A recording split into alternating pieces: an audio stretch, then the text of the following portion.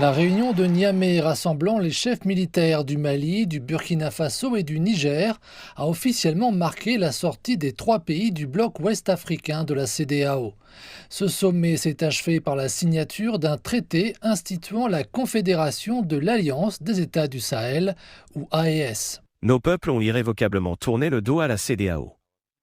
Il nous appartient de faire de la Confédération de l'Alliance des États du Sahel une alternative à tout regroupement régional artificiel en construisant une communauté souveraine de peuples, une communauté éloignée de la mainmise des puissances étrangères, une communauté de paix, de solidarité et de prospérité fondée sur nos valeurs africaines. Le terrain d'entente qui nous unit aujourd'hui devrait nous permettre d'élargir notre champ d'action au-delà de la défense pour englober d'autres domaines tels que les finances et l'économie, les infrastructures, la santé, l'éducation, etc. Nous investirons dans l'expansion des infrastructures routières, ferroviaires et aériennes, ainsi que dans les nouvelles technologies de l'information et de la communication. Cela stimulera l'investissement dans la production agricole et les industries de transformation, en tirant parti de la complémentarité de nos économies.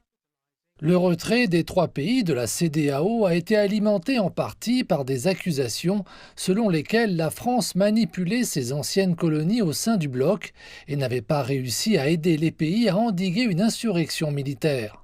Depuis plusieurs années, les pays de la région du Sahel en Afrique de l'Ouest sont en proie à des insurrections terroristes. De nombreux habitants des trois pays ont exprimé leur optimisme quant à la capacité de la nouvelle alliance des États du Sahel à apporter des solutions à leurs problèmes urgents. Ces trois chefs d'État africains sont un véritable cadeau pour le continent. Ils sont déjà bien au fait des défis auxquels le continent africain est confronté et ne sont pas là pour promouvoir la cause des impérialistes. Ils ont initié des actions positives avant même la création de l'AES.